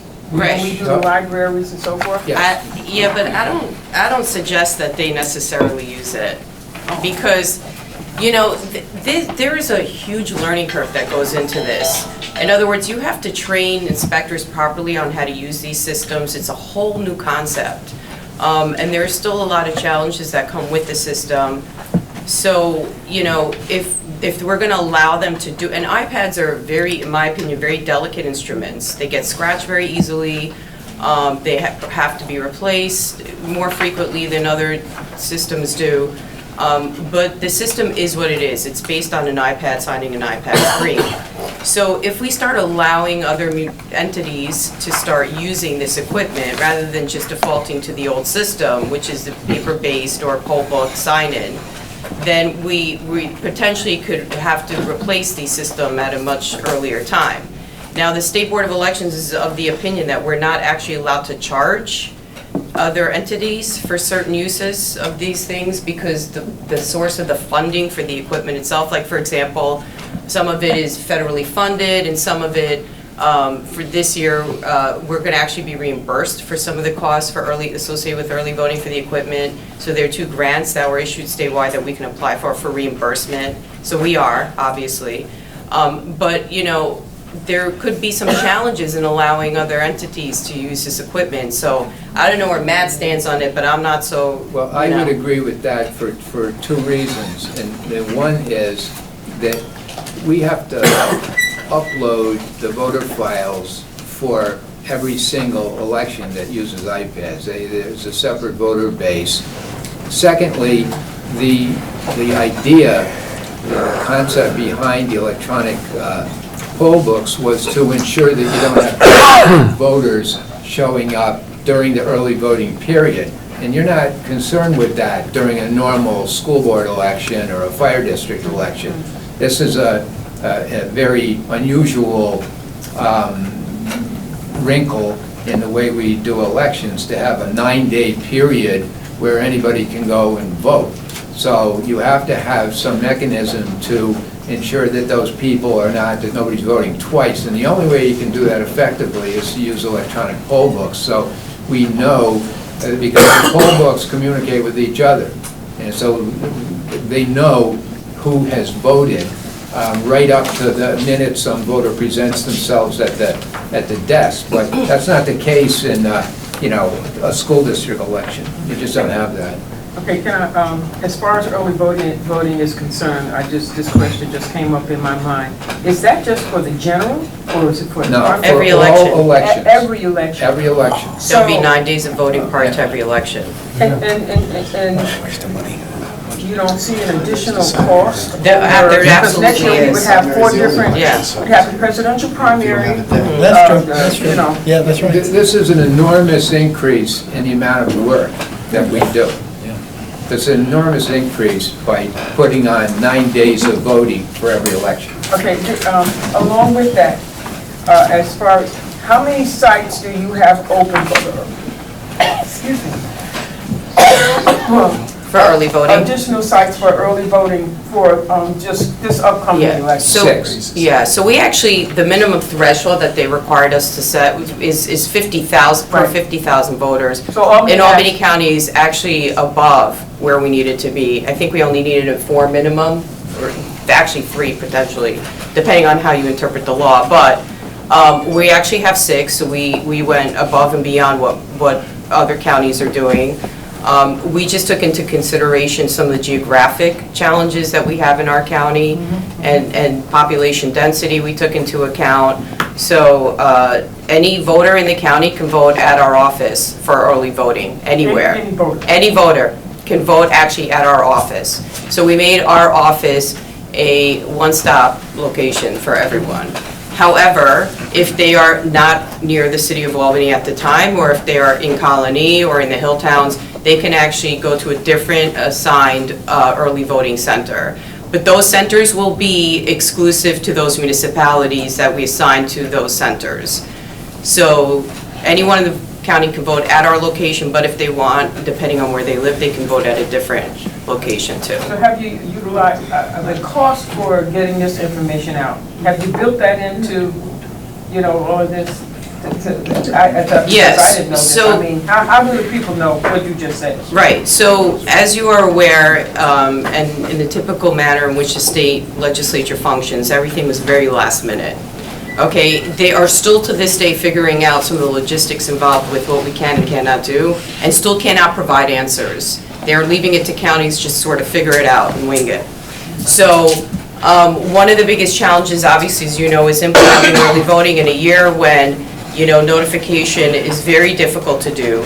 As of today, we finally received our final piece of equipment for an election that starts next Saturday. So that's how close we are to talking about how this whole thing had to be implemented within a span of basically a month.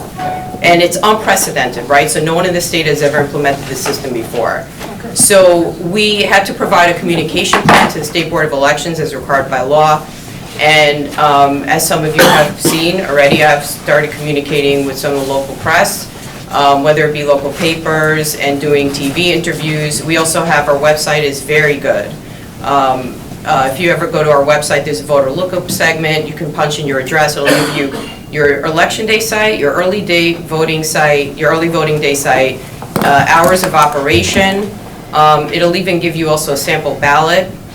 And in addition to that, we're now working with Novera Geo Solutions, which is another increased cost for us, to develop a new election district mapping system where it will improve upon what we currently have. So voters will have everything at their disposal in terms of that. It is tough because you're talking about additional we already did one notification county-wide that explained to voters where they can go to find the information. It is difficult because if you're looking to do another notification, it's an increased cost to mail to every voter county-wide. And how many Which voters would have do we been have? significantly. So I'd say about 180,000. 180,000 active, yeah. voters. So, yeah, you know, it's tough. We are trying to get the information out there. We are sending it to local community groups, League of Women's Voters, town clerks we're sending it to, local libraries. So we're trying our best to get the information out.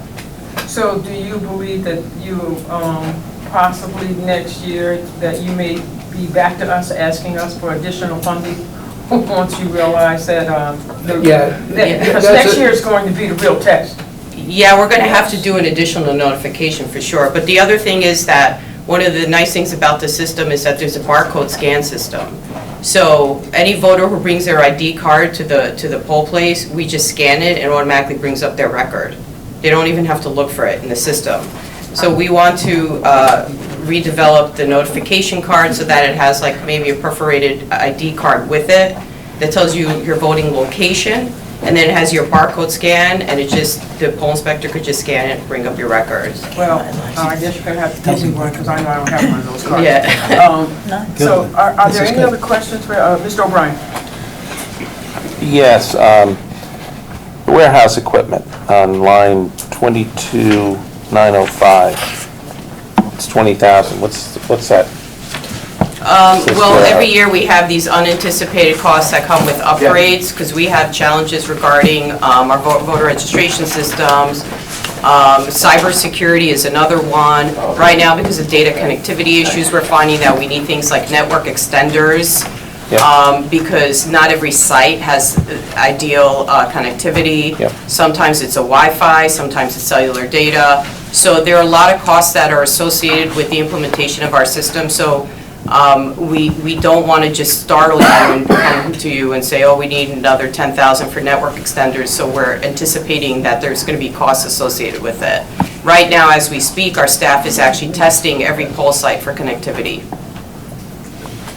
Ms. Lakakis. Do you expect to change any polling sites for connectivity or any other reason this time? Well, it's like too late. So, you know, what we're doing is we decide to do cellular data because it's ideal. Then the plan B is Wi-Fi. And plan C is network extenders. And so we're trying to figure out what is the most ideal situation at every location. At every location, we have figured out a plan. And it is usually one of those three. So they're going to be the same this time? Yeah. Places? I know some of my people were up in arms last time. About connectivity? No, about location, where they had to go. Oh, yeah, So I just wondered if that's going to change again, or? Well, no, and the only time we've ever really changed polling places is, as you are all aware, our schools are essentially kicking us out. And so, yeah, we are looking to relocate out of schools. That is out of our hands, you know. There are security issues that are associated with children these days. You know, it's not a battle that I'm willing to fight. I don't know about Matt. So there are some polling place issues in regard to, you know, them just not wanting us there anymore. There's a surprisingly small amount of facilities that can accommodate a polling site. It's not easy to find these things. And schools and fire departments have been the primary source. And when they make a move to close the site, it puts an awful lot of pressure on us, because you really have to scramble, and people are going to go out of their way to go to a new polling site. There's just not, you don't have a large number of facilities that can accommodate. Thank you, Mr. O'Brien. Yeah, two other questions. Do you need additional funds for your pending move? Is that in this budget at all? Or? We have, at least we've been told, we're not anticipating, as far as the move itself goes, we're not anticipating any increased cost as far as relocating, because I think General Services is going to be spearheading that. Actually, I don't know about that. I'm not so sure about that. I mean, would you like to put something in the budget for an allowance in case? I think the questions on the move should be reserved for DGS. Okay. Well, DGS is done. We finished with them. But I still think it's something that any questions on the move is probably Well, going to wind up. We have the commission, budget director here. He might be able to tell us how he's factored that into Well, 35,000 was left in their property rental line, in case there was unanticipated cost of that, but we do anticipate that to be there. But that's rent for 1 month, right? But you would be out by then, that 35 was there just in case. Yeah, well, so we have to be out, according to our budget, by February, right? Technically? I thought it was January 1. Well, no, I'm just saying, I know how construction projects go, and sometimes they don't always go as anticipated. So I'm just, you know, according to our budget, we have 1 month's rent essentially. Yes, and we do anticipate that things would be, that the house would be open for you guys at any time shortly after the election. So after the election, but before the next election? Before the beginning of the year, yes. But Security is the other question I have. Are you anticipating any security down there for equipment and We staff? have not, that has not been specifically addressed. Well, it has to some degree, because they are putting in, at our request, a camera system to keep eyes on everything. We do also have a swipe card system. EDT or something like that? Right, so Okay. so to that extent, we do have, at a minimum, sort of surveillance on the area. Okay. All right, thank you. Thank you. Mr. Joyce, please. Yeah, I see 300,000+ for the rental. I don't see any line item for electric and gas. Is that included in the rent at the current location? No, No. it's a separate item in our budget. Where is that located in the budget? Was it DGS shared services charges? Are you talking for the new facility, Mr. Joyce? Well, that was what I was curious New about. facility would be taken care of by DGS. DGS, okay. Yes. Yeah, but I didn't see it listed, yeah, it's Right. broken out by... I believe in the future we'll probably transfer it into there, since they already maintain they already pay for the services that currently out of DGS. So if we, and for reimbursement factors, and I haven't talked to the board about this, but if that was needed to be moved to your budget for a direct chargeback, we can definitely do that at that point also. We did propose some salary increases, which you did ask about. Our employees have steadily received the COLA increases over the years. There has not been a raise for them above and beyond that, ever, since I've been there. I'm not sure prior to that. The employees work very, very hard. The the workload has increased dramatically, and not just this year with all the changes the year before. A lot of the stuff that has to be done, believe it or not, is still manual entry. The State Board of Elections, their operations are very antiquated. They pass laws, enact laws, but then don't have corresponding technology to help implement it. So now we have to automatically transfer registrations from other counties in addition to implementing early voting. So one would assume that would just be done electronically and entered into our system, and it is not. It all still has to be done manually. So our employees are still at work right now. They work late into the evenings. They have long days, and it's just, so we did propose increases, but we were rejected by the county exec's office. And we did not propose increases for the commissioners or the deputies. We thought it was important to advocate for the other employees first. Okay, as we wrap this up, Mr. Thalen and then Ms. Brodsky. Not entirely correct. We weren't rejected. All of them were set at 5% instead of 2%. Okay. So it wasn't I thought it a was the sweeping. COLA. I No, thought it was 5% on the their, 2%. they were given 5% and so it All wasn't. right, well then I apologize. I thought when I looked at it, it was 2%. Okay. All right, thank you. I do apologize if that's true. That's my bad. All right, Ms. Brodsky, I'm Thank you. sorry, Ms. Brodsky, I have to ask Mr. Berdor. No, Vic can go. No, you remember.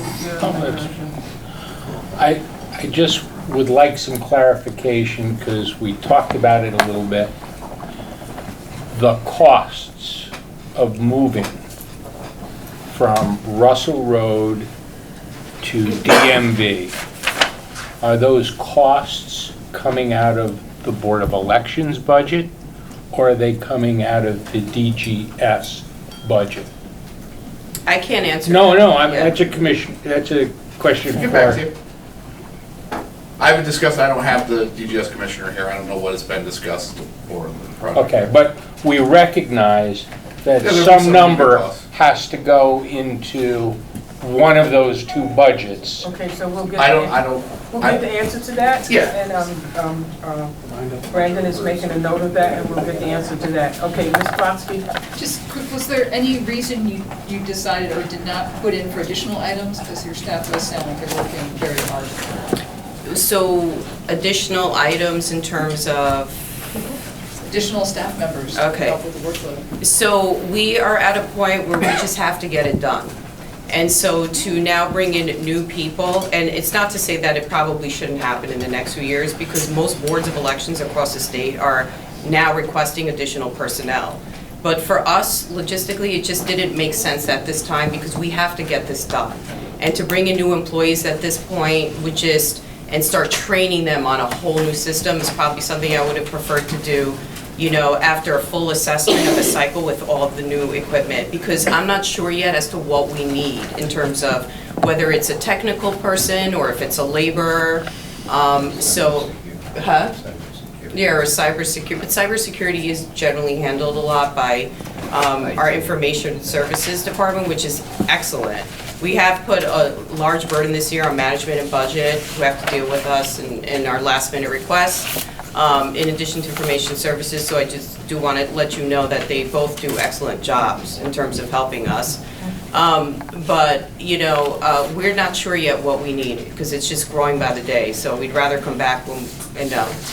And I think that that's something that's resonating with all of us, and we do see that probably next year before we really see the full ramifications of all of the voting reform laws. So as we wrap this up, Madam Chair. as we wrap this up, Mr. Grimm. Okay. Yeah, just to be clear about these raises, by my count, there's 16 raises that are beyond 2%, and they range from 6 to 18%. So these requests are pretty Is that a substantial. question or a statement? Yeah, just to be clarified. Now, as far as the early voting goes, 16% increase in raise? some from 6 to 18 is the range, yeah. Okay. If you look through the 16 raises. Now, typically with election, you have largely volunteers, I guess that maybe they get a couple $100. For early voting, you're not going to be able to have volunteers for all those days, are you? Are they going to be election commission employees that are at all these early voting sites? Yeah, Our employees are gonna be there at the opening and close. The staff will be, they're not actually conducting the election, though. We have election inspectors who do that, but board staff, we're required for security purposes to daily pick up the ballots and bring them back to the Board of Elections. We have to also ensure that the polls are properly open, and that this election is a different type of an election because you're using the same stick for 9 days. And there's a lot of other security concerns that go with that. But one of them is that staff members have to be out there at the close of the polls to make the ballots. Yeah, we're bringing the ballots back to our office every night, so they're not staying on site. I really want to thank you all. I really want to thank you all for coming out tonight. But I see a lot of the questions are now beginning to get off the budget and more into the process, okay? And I just believe that next year, we're probably going to see you and hear from you a lot more as all of the different elections come up. And we won't be surprised. Right. I think you gave a very good presentation. And thank you for coming out. Thank you. 18%. All right, so now we're going to move on to our last department for tonight. And that is human resources. And Jim, we just want to thank you for so much for, we know we put you last. Thank you. There's more after you. Thank God, but not tonight. Not tonight. Not tonight. All right, not tonight. So we're going to human resources, page 135 in our budget book.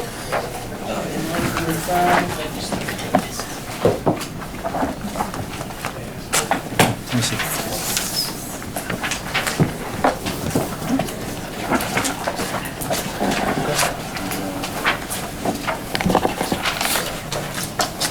Well, see, this is requested is what Dan knocked it down, they're requesting it. So Thank that's their you. request. We have modest increases to our budget this year. It stayed predominantly the same.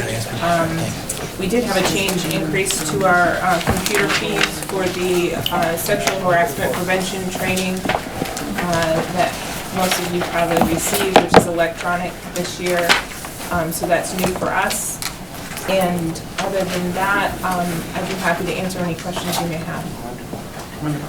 All right, so I'll just start with these, and if there's anything else, I'll just read them off to you. Are there, we have several salary increases above 2%. I need you to explain why. And then you have $1.5 million in the shared services line. And then, can we get an update on the equity agenda? I think there's money in there for the equity coordinator, agenda coordinator, and when you expect to hire. All right, and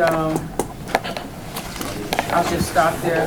And then you can answer those questions, and I'll open up to the rest of the committee. Yeah.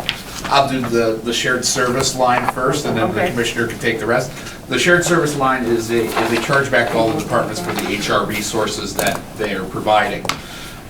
Throughout all your departments, DSS, CYF, nursing home, those departments have functions that our HR does for them, and that is a chargeback to recuperate that money and that expense associated. All the departments are charged back, but that it nets that those departments actually get a cash reimbursement for. So it's an accounting function for them. And you can handle the rest of the hard questions. There are raises above a 2%. I put them on the frontline personnel assistant staff, which have received the COLAs over the years, but they have not received increases above that. That's in an effort to retain those employees. There are no vacancies at this time. However, we have lost employees in the past to state positions as well as other county departments that pay more than our department for like positions such as account clerks and higher level clerk positions. So those, I put in increases above 2 for those, as well as the Director of Affirmative Action in an effort to make that position comparable to the other director in our department, which is the Director of Employee Relations. I understand it's not quite on par, but as a matter of equity, I'm attempting to equal those positions over a few years to try to make them more like. And then the other increases are in our mid-management positions, again, in an effort to retain those employees, because those positions in other areas of government have a much higher pay rate, so I'm trying to retain those employees. And the other one was, when do you expect to hire your equity agenda coordinator? We have hired our equity agenda coordinator. You have? Yes. Oh. Good. Any other questions, Mr. Bergdorf? This is probably more a question for Mr. Thalen. Yes, Mr. Bergdorf. I see Commissioner Clement has made an argument that certain budget lines go up based on equity throughout, either our workforce or other workforces. And some of those raises are, while not large in dollars, $39,000 or $43,000, basically about close to a 10% raise. But yet the Board of Elections folks were held at 3%. How do you judge in other departments there were upgrades and reorganizations, etc. How do we reconcile treating each department differently? I can speak to this one directly, that the personnel assistant line, and that's what the majority of these are. I think the commissioner spoke to the affirmative action director and in charge on that. Those titles are, regionally wide, those titles pay more than the 43. They usually pay, 47, 48. Trying to get them closer to that, and I'll say this, that mainly those people produce the whole payroll for the county. Majority of them are the payroll assistants that run the checks, count the checks. A very regulated job that you have to do, and we can say that about a lot of jobs, but those jobs, they can easily are transferable to the state to run in an office, to do check print runs and stuff of that nature. So the retaining of their knowledge in that department, I feel does very well. In doing that, I think I warranted that when the commissioner had told me, and that's what happened in that case. As for if you wanted to do a comparison for the Board of Elections, the increased workload, the commissioners both said were there, and there was a lot of variance in there, and a lot of different titles, and some titles that don't even exist other places. We set it at 5 there just to make it a speaking regard, whether the legislature adopts that at 5 or less or more, that's the open for discussion on that. It's not a department I directly would deal with in a lot of cases in this. They do make the case of the extra workload. Well, I wasn't trying to contrast just that department with this department, but we have 20 departments, 30 departments, and we try to do the best we can in that regard. There's a lot of different functions in a lot of different places, and a lot of different asks and requests in that. The sheriff is another animal in itself. It's his department. I try to stay away from as little as possible because it tends to lead to bad weekends. You don't want to stay over at the sheriff's. But they are, a lot of his are sometimes reimbursed, sometimes not. And it's a very, we take a lot of time to try to make our best interpretation of what the request is and work in that frame. Fair enough. Had to ask. I think it was all right. Very good. Do we have any other questions for any other members? Mr. Grimm? Thank you, Madam Chair. You list in one of your top goals, employee feedback surveys that Ms. McCaskill are very interested in, because we have a resolution speaking to that. Could you tell us what you plan there to get more feedback so we can make better judgments? We plan on pushing out employee feedback surveys, electronic survey mechanism throughout 2020 in an effort to improve our services and also use it as a tool for education to our employees about the services we currently do offer, which is one of our goals, is to help get out more information to our employees and have better communication through the electronic means, and hopefully utilize the same tool that we're using for the sexual harassment prevention training that we have right now. Okay, thank you. I have a question for Mr. Thalen. It has to do with the Director of Civil Service. Yes.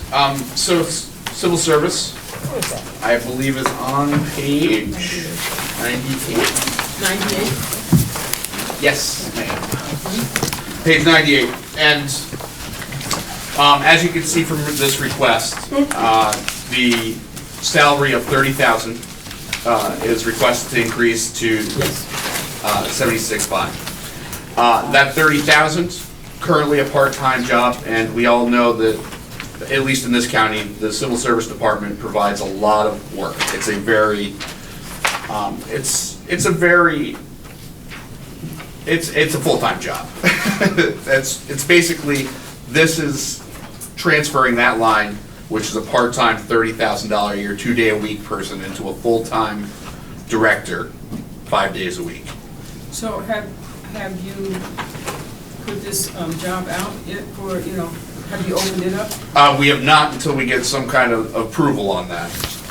We wouldn't have any way to fund or pay someone for full-time. Also, I believe the registration for, we have to register that person with the state, right, Jen? Yes. Okay. So that registration, I think, is a 5-year term, and I believe it ends at the end of the year or beginning, end of this year. So we would look to replace that person with a full-time person for the next 5-year term of that registered with the You state. say it ends this year, 2019? Yes, yes, ma'am. It has to, Okay, Ms. Lakakis? it has to be one person? Can it be 2 part-time people, or it has to be one person? I believe, I'd have to get back to So you. fiscally, that might have. Some places do it, some places do different things. Let me get back to you on that. Thank you. All right, I think we've come to the close of the evening, and we want to thank you for coming out. I want to thank all of our members for coming out tonight. Madam, can I just add one thing? If you just type your address in the Board of Election website, it will tell you where your early voting site is and what times it's open. Yep. So this is a great thing for our constituents. They'll tell exactly, for example, I typed in and it says Goodland Fire Department, so it'll tell me where to go, and it'll tell your constituents where to go. And what time. So can I get a motion to adjourn? Second?